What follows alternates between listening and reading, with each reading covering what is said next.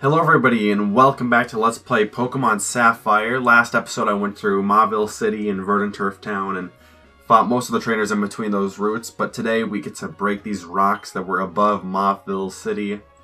They were a great obstacle for me as a child because I had no idea where the Rock Smash HM was because I didn't really bother talking to anyone in any houses or locations. But we are entering into the mountain range area of this Hoenn region, and our first trainers here are Gabby and Ty, some news reporters. And what's great about these guys is that they show up in the game multiple times. There's 3 locations that they show up in, and then after you beat them the 3rd time, then they will reset back to the location we're at right now. And that's pretty nifty because towards the end of the game, you are almost required to grind the levels of your Pokemon up a lot. And Gabby and Ty, their Pokemon get to level 39 if I'm remembering right. And so you can just fight against them endlessly until you get your Pokemon to a really high level. And that will be coming up in a later episode, probably 13 I think if I'm remembering right. I would only remember because I made all the thumbnails in advance, and Gabby and Ty have their own thumbnail, which is cool for them. But the new trainer class in this route is the Picnickers, and that's all there is about them. They are just like every other trainer. But yeah, we're in the mountain range area. The Pokemon you can find here are... they start to be like fire types, because not only is it like a mountain, it's a volcano. There are Machops, yeah. Why not get yourself a Machop or Machop? And there is also a desert route to the right of the mountains, which you can't access until you beat the 4th gym. Just because the sand can get in your eye, and you don't want to get medevaced because you got a grain of sand in your eye. But yeah, we are just, I don't know. I really like this all these locations up top here because, especially you'll see with the route all the way to the top of this area. But we're just kind of going through a mountain area, which is cool because there's grass. And in the newer Pokemon games, if you're in a mountain, there's just only rocks. Like in Pokemon Sun and Moon, the mountain area on the 3rd island, if I'm remembering right, it's just a rock circle. And then you had to go on the stupid horse to go up some stupid rocks. I really hate Sun and Moon. I think they're the worst Pokemon games. And I don't know, it's because I got out of my Pokemon phase when Sun and Moon were coming out, because I played Pokemon a lot during high school and I was watching Pokemon YouTubers almost daily. And then Sun and Moon came out after I graduated high school, so I wasn't hanging around my Pokemon friends anymore. And I don't know, Sun and Moon just changed up the formula, but I don't know. I mean, I could go on a rant on nitpicks I don't like. Okay, they got rid of the HMs, which is good, but the way they re-implemented them with the stupid Pokemon ride things, it's just I don't know, I don't like it. Instead of it just being okay, here's a Rock Smash area, instead of just oh, now you gotta go on the Sharpedo and ride around and smash some rocks just because. Why'd they make Rock Smash on water? That's so stupid. But yeah, we are just getting out of this grassy area. We got one last Picnicker. And then we'll be going against Hiker Trent, who's one of the 4 trainers whose names I remember for whatever reason. I honestly don't remember why. Why do I remember his name's Trent? Bruh. But anyways, we got Hyjello here talking about this game instead of lame-ass Sun and Moon. Yeah, just Shockwave Oko. I've been considering replaying Diamond, Pearl, or Platinum or something, because I've only played Diamond once, and that was when I got the game, in 2007 or something. I think it was out for a couple of years because I played Pokemon Crater, I think it was called, and that was the shit. That's when I found out that I liked Luxray and its edgy lioness. I like Luxray. But I want those Diamond and Pearl remakes to come out just so I can play the games again. Otherwise, I'll probably just... Like, I don't emulate games, so I'd probably just buy some illegal ROM cartridge of Platinum or something, just to play the game again. And, like, I don't know, speaking of, like, ROM cartridges, I've been buying a bunch of those off of AliExpress lately. Not really a bunch, I just have two. I got Mother 3 ported over, I think the English copy, and I got a copy of Kirby and the Amazing Mirror, which I have been planning on doing a Let's Play of this summer, maybe. I don't know yet. But I really like Kirby and the Amazing Mirror. I got it through the Nintendo 3DS Ambassador program, which was my only reason for ever playing it. And I think it's a really good game. And Mother 3, I've only played the first world of it, or the first chapter. And it's fun, but I just need to have like a lot of time to play it. And I'd rather play other games before I play Mother 3, which... Sorry, I don't know. Are we at Hiker Trent yet? I haven't been paying attention.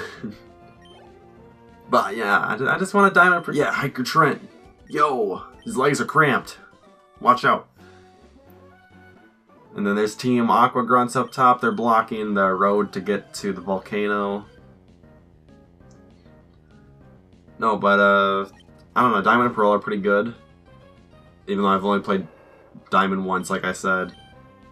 But I was still, like, in my... I don't know what types mean at all. I was still under that logic mindset, like I said, where Makuhita's weak to Peck because it's a balloon.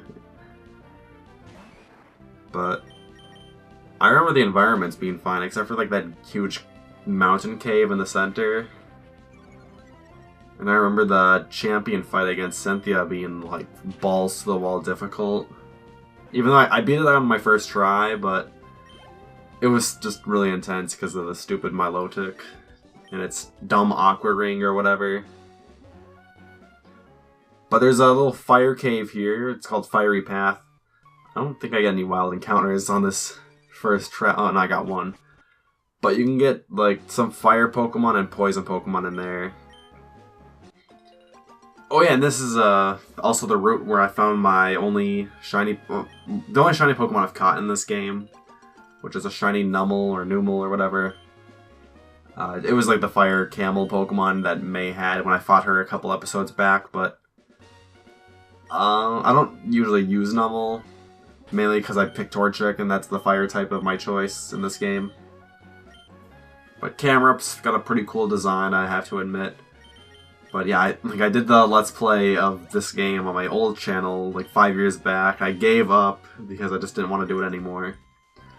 And then, like, the next time I played it, just because I just wanted to play the game still, I find the shiny Numel, and what do you know?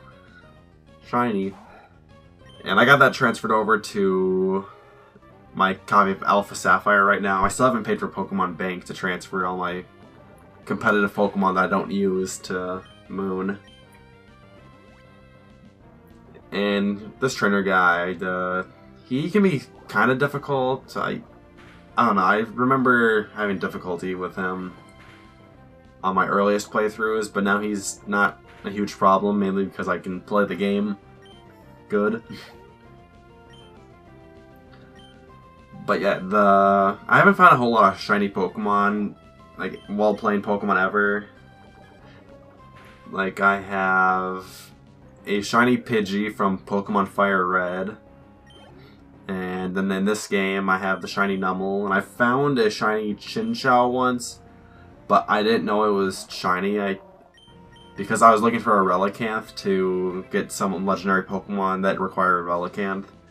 I don't think I run into Relicanth in this playthrough at all, so you'd have to Google what that is and its use for legendary Pokemon, but yeah, I don't know, I was just like half awake, just trying to find this stupid fish that has a 1% chance of showing up or something.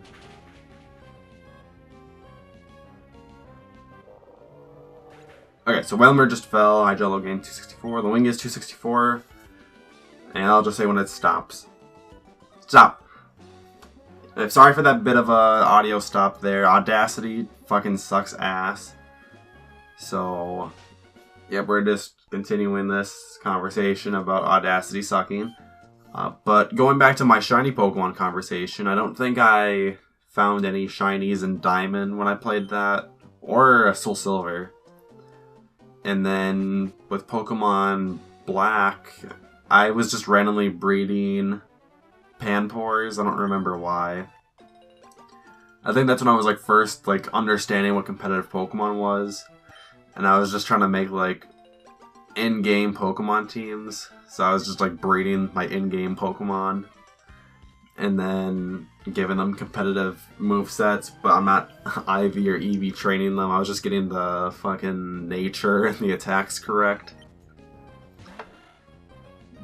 But, you know, I had fun with that. And then when I was trying to get a Panpour with the right nature, I ended up finding a shiny one. It wasn't the right nature though, but after like 30 eggs, I had a shiny Panpour, which was awesome. And then White 2, I haven't played a whole lot of that.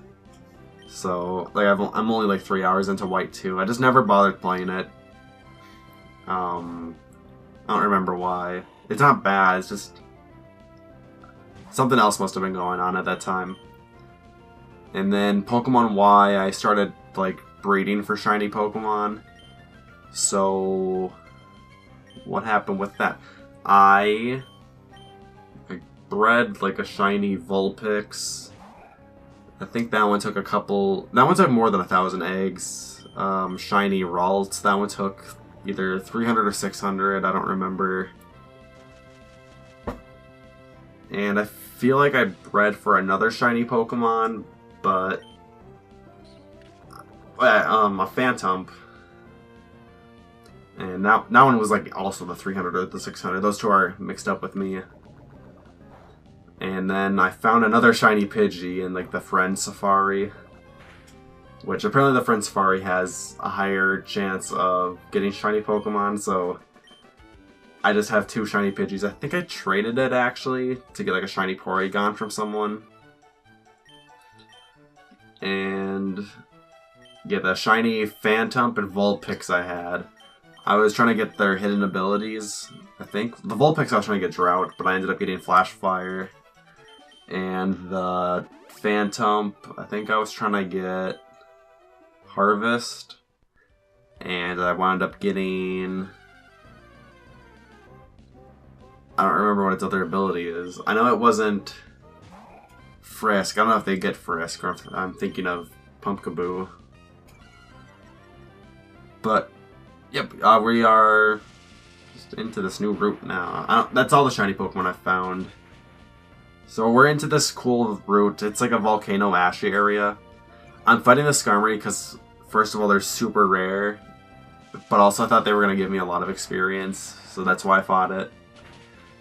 Didn't really end up happening. I don't get a lot of experience. Also because I think I'm splitting it evenly with Loingus. But the music of this route's awesome. I like the ash on the grass, so that when you take a step, the grass becomes green. And then when you exit the route and come back, then it goes back to being ashy again. And there's a guy in a house at the other end of this route, and he will make stuff out of the ash for you. Like he'll give you a sack, and like if you take steps in the ashy grass, then like you get one point of ash. I'm saying ash a shit ton. But I don't remember any of the items you get from him, but it's just a side quest thing you can do to get items.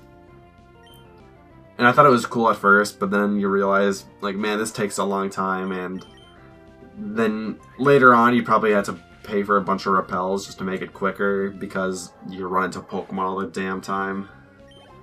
And there's only like 2 Pokemon you can find in this route. It's Skarmory and Spinda, and I edit out all the Spindas I find in here. But it's like a lame Pokemon. We got a rare candy from Bandit, attaboy. And here's a Ninja Trainer. See, that's Ashes. I was gonna say Soot. You know, like when your Neopet becomes a pile of soot. God damn it. That never happened to me, though. But, you know, speaking of Neopets, I got... Like, I don't think I'm locked out of my account, but, like, when I try logging in with the password and the username and the email that I have linked to it, it just won't let me log in. And it sucks because, you know, I had that account since I was, like, 7.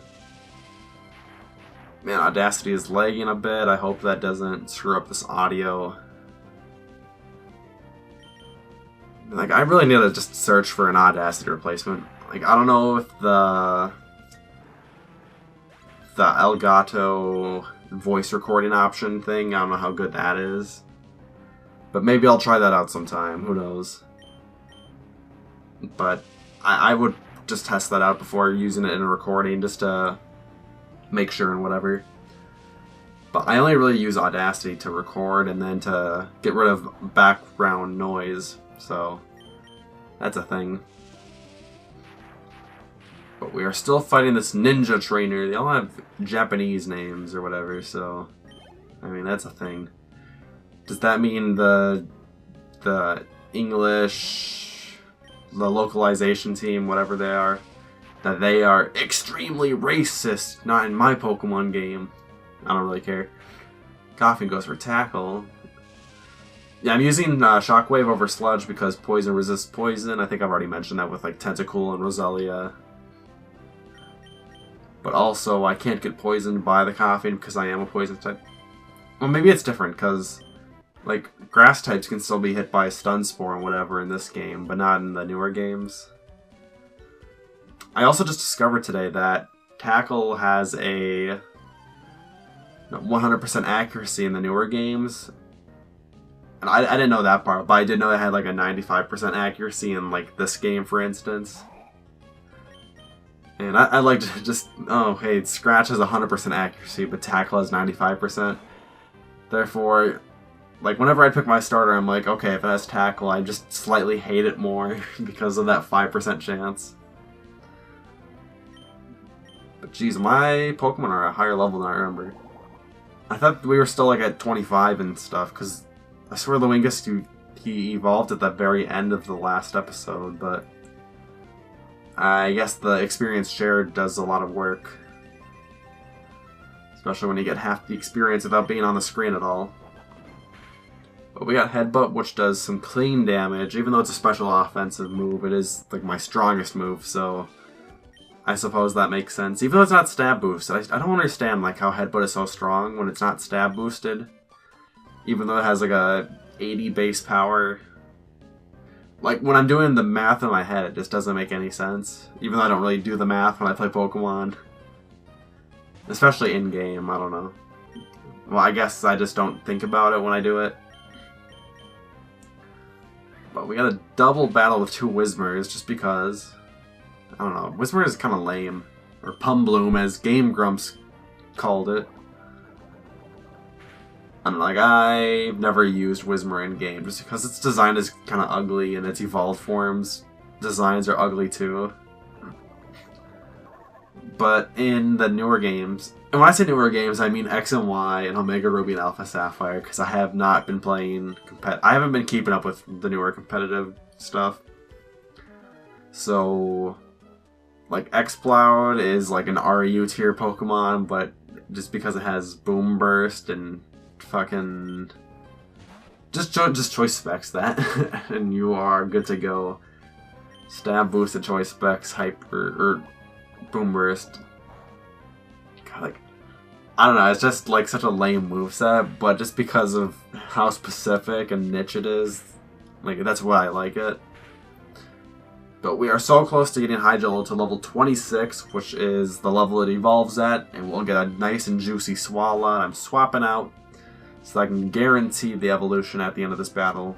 We are at the end of this route. There's only one more trainer after this guy that we're fighting right now. And then we'll be at Fall Arbor Town, a gardening town. I've already mentioned that. And then there's some cool waterfalls to the left of it, just because. What, the 66 wasn't enough? Are you kidding me? Yeah, swap him back in. Like, how small is that gap between the blue and the... Okay, yeah, another 66 should do it. Should bring us to 26. And if I live this Fairy Swipes, which I should, unless I get all crits. But yeah, Shockwave should definitely OHKO it, because Ninjask has very low HP and special defense. Oh, never mind. I lied. It's evolved, so it's got better stats than my special attack. But regardless, another Shockwave would do the job, and I do hit this because a special trait about Shockwave is that it will not miss. So if you are sand attacked 6 times and like just your accuracy is at the lowest it could possibly be, and your opponent also has like 6 double teams played on them, then Shockwave will hit no matter what. So we're gonna evolve from Lil Gulp to Big Swole, I don't know. But Swalot's my favorite Pokemon. I don't know, he just has like the coolest design in my opinion. And it's weird because it's like not edgy or anything. I mean, it's got like the nice color scheme, but I don't know, like I just liked Gulpin a lot when I first saw it, and then when I found out it evolved into Swalot, I'm like, best Pokemon ever. But I just wish Swalot was good in game, because it really isn't. Because it just has no niche. Any other Pokemon with like the same movesets could just do like anything better. Because Swalot has like, it doesn't specialize in offensive or defensive stuff. Like its defense and HP are like solid, but they're not amazing.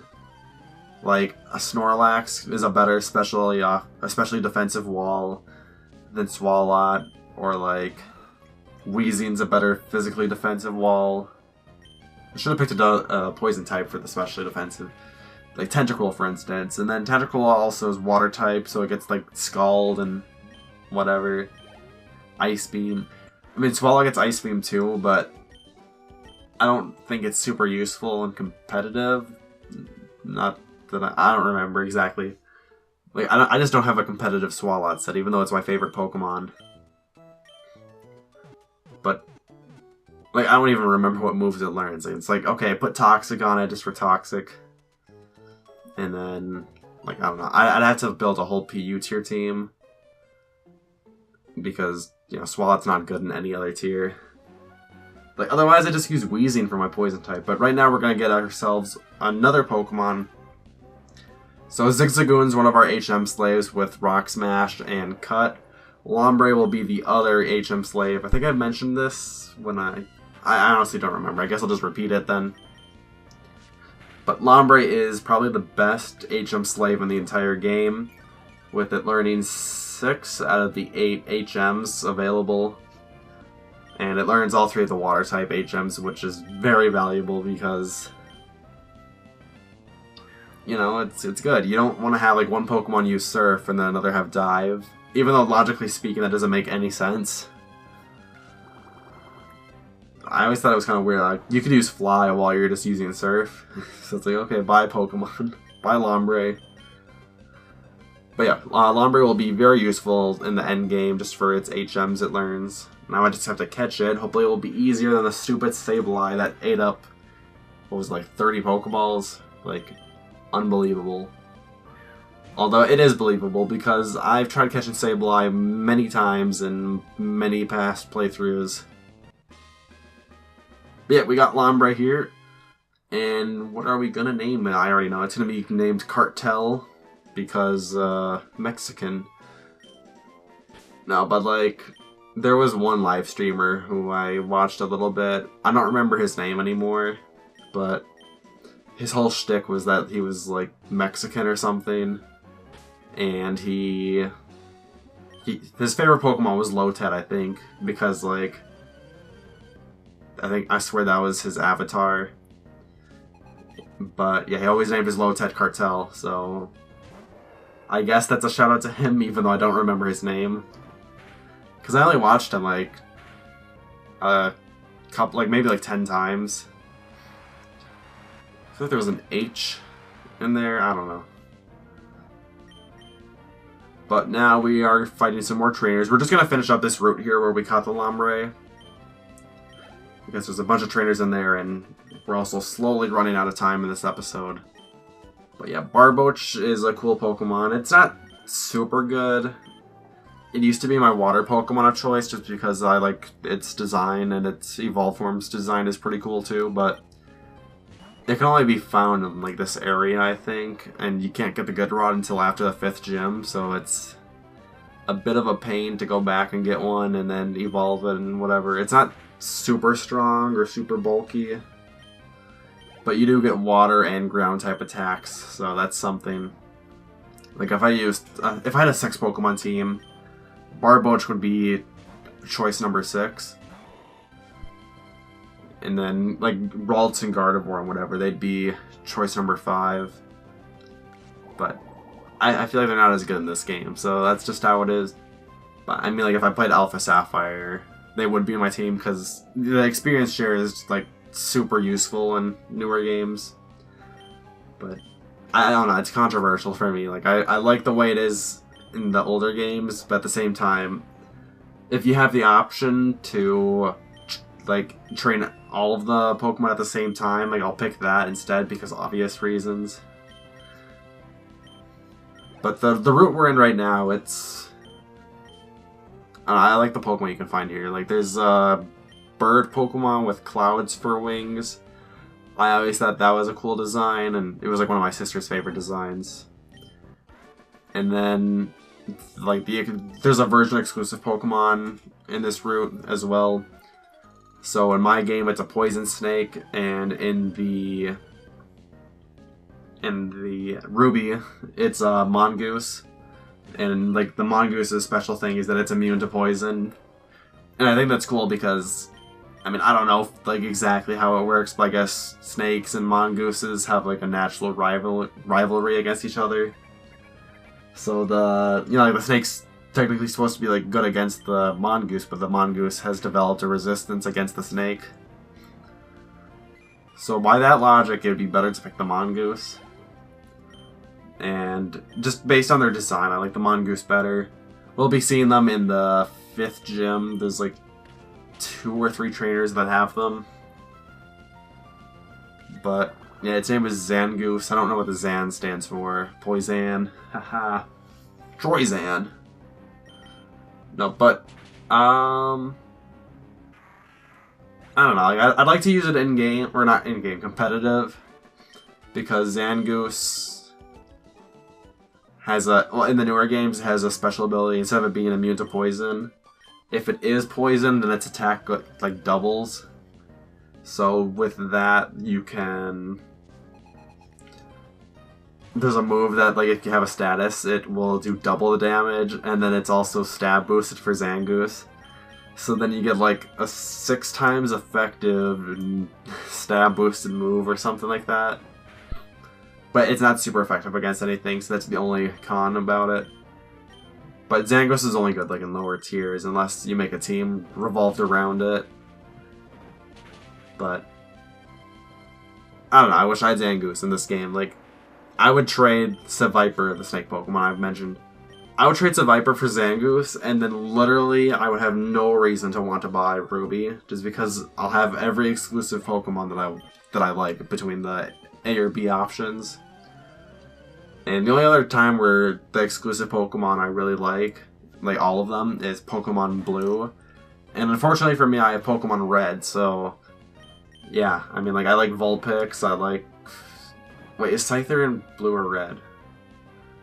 Shoot, I like Scyther. I think that's in red.